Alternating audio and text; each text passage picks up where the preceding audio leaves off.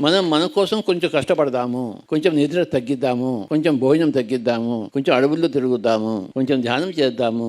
మన కోసం మనం త్యాగం చేసుకుందాము. మన పక్క వాళ్ళ కోసం త్యాగం కాదు, అది మన కోసం మనం త్యాగం చేసుకుంటున్నాము. ఈ త్యాగం అన్న దాని ఒక వర్డ్ యొక్క మీనింగ్ మనం తెలుసుకుంటే మనం అందరూ త్యాగమయులం అవుతాం. ఆవిడ ఒక్కటే కాదు, మనం కూడా త్యాగమయులం అవుతాం. మన కోసం మనం చేసుకుంటున్నాం త్యాగము. జగపతి రాజు గారు తన కోసం తాను త్యాగం చేస్తున్నాడు ఇక్కడ. డాక్టర్ గారు తన కోసం తాను త్యాగం చేస్తున్నాడు ఇక్కడ.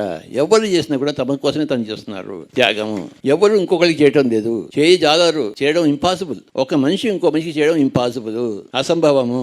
ఏ మనిషి ఇంకో మనిషికి ఏమీ చేయలేడు, చేయాలనుకున్నా చేయలేడు. ఎవ్వరు ఇంకొకరికి ఏమీ చేయలేరు.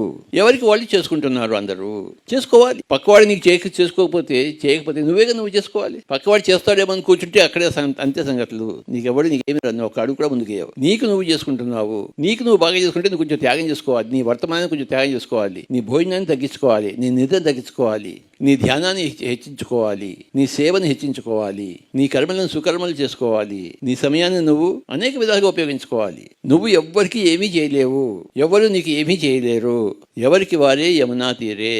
నేను నా కోసం చేస్తున్నాను. నా పంట నేను పండించుకోవాలి. ఇగో పండించుకుంటున్నాను. ఇగో నా పంట అంతా ఇక్కడే ఉంది.